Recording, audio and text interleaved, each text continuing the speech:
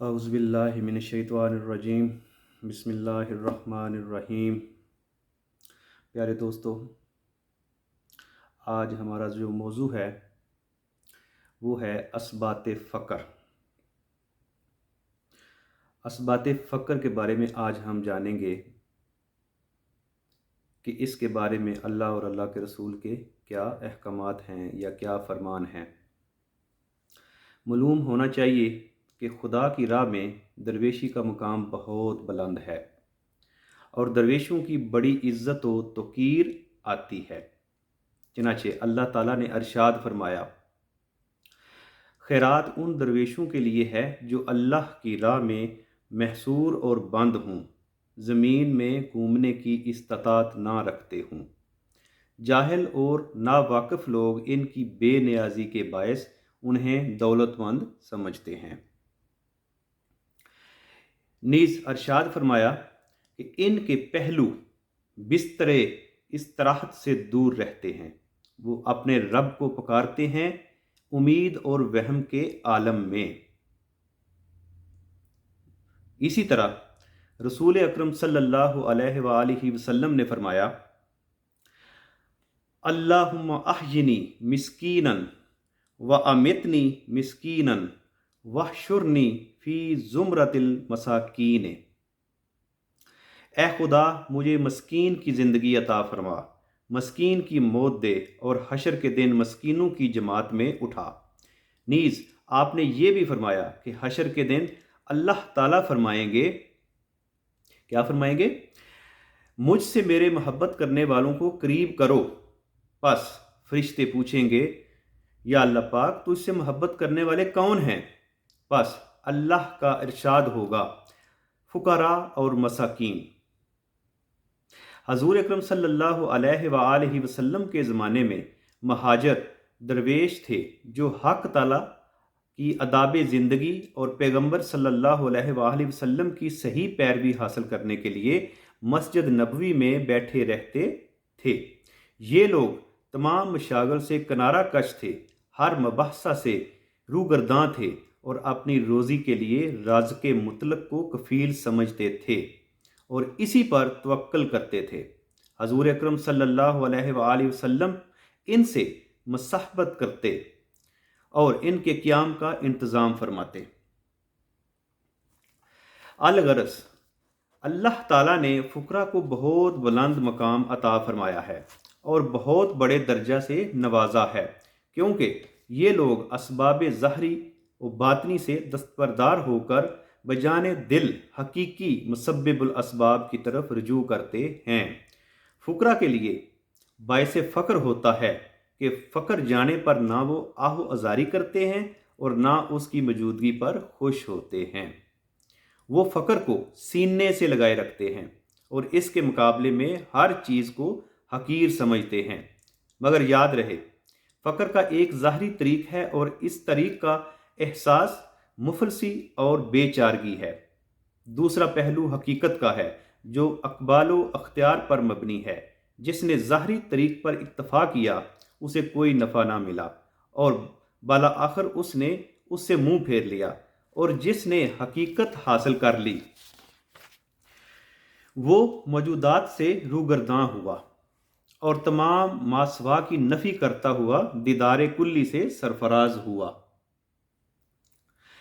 फ़कीर दरअसल वही है जिसकी मलकियत में कोई शय ना हो और किसी शय के हासिल होने से उसे कोई फ़र्क भी ना पड़े। ना मताह दुनिया की मौजूदगी पर वो अपने आप को गनी महसूस करे और ना ही मताह दुनिया के फुकदान पर अपने आप को मुहताज समझे। इसकी निगाह फ़क्र में मताह दुनिया का होना या ना होना बराबर है। एक हकायत है कि एक बादशाह को किसी दरवेश से मुलाकात का इत्तफाक हुआ। बादशाह ने कहा, मुझसे कुछ तलब करो। दरवेश ने कहा, मैं अपने ग़ुलामों के ग़ुलाम से कुछ तलब नहीं करना चाहता। बादशाह ने कहा, ये कैसे? दरवेश ने कहा, मेरे दो ग़ुलाम हैं जो तेरे मालिक हैं। वाह। उसने कहा, वो कौन से? तो जवाब मिला, हिरस और आरजू। اہل فکر کی عزت اسی میں ہے کہ اپنے ظاہر کو لغزش سے اور باطن کو خرابی سے محفوظ رکھے، نہ اس کا جسم معصیت اور لغزش سے ملوث ہو اور نہ اس کی قلبی کیفیت میں خلل اور آفت رونما ہو، کیونکہ اس کا ظاہر ظاہری نعمتوں سے مالا مال ہوتا ہے اور اس کا باطن باطنی نعمتوں کا سر چشمہ ہوتا ہے۔ اس کا جسم روحانی اور دل روبانی ہوتا ہے، خلقت سے بے نیاز اور آدمیوں سے بے تعلق، کیونکہ تمام خلقت اور انسان اس کی نظر میں خود محتاج ہیں، نہ اس عالم میں اس عالم کی دولت سے وہ غنی ہوتا ہے اور نہ اس عالم کی دولت سے، اور دونوں جہان اس کی ترازو میں مچھر کے پر کی برابر بھی نہیں ہوتے۔ استاد ابو القاسم کشیری کہتے ہیں کہ لوگ فقر و غنا میں بحث و تمہیز کرتے ہیں اور اپنے لیے ایک چیز اختیار کر لیتے ہیں۔ وہ چیز اختیار کرتا ہوں جو باری تعالیٰ کو پسند ہو اور وہ مجھے اس پر استقامت دے۔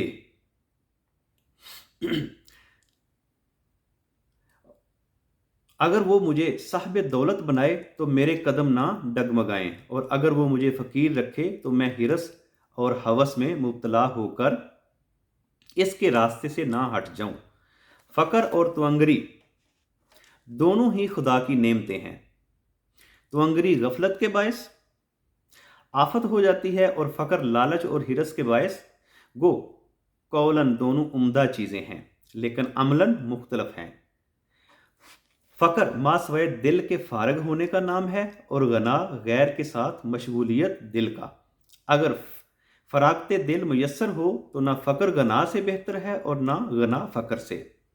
غنا کثرت متاع کا نام ہے اور فقر قلت متاع کا، اور تمام متاع کا مالک حقیقی اللہ تعالیٰ ہے۔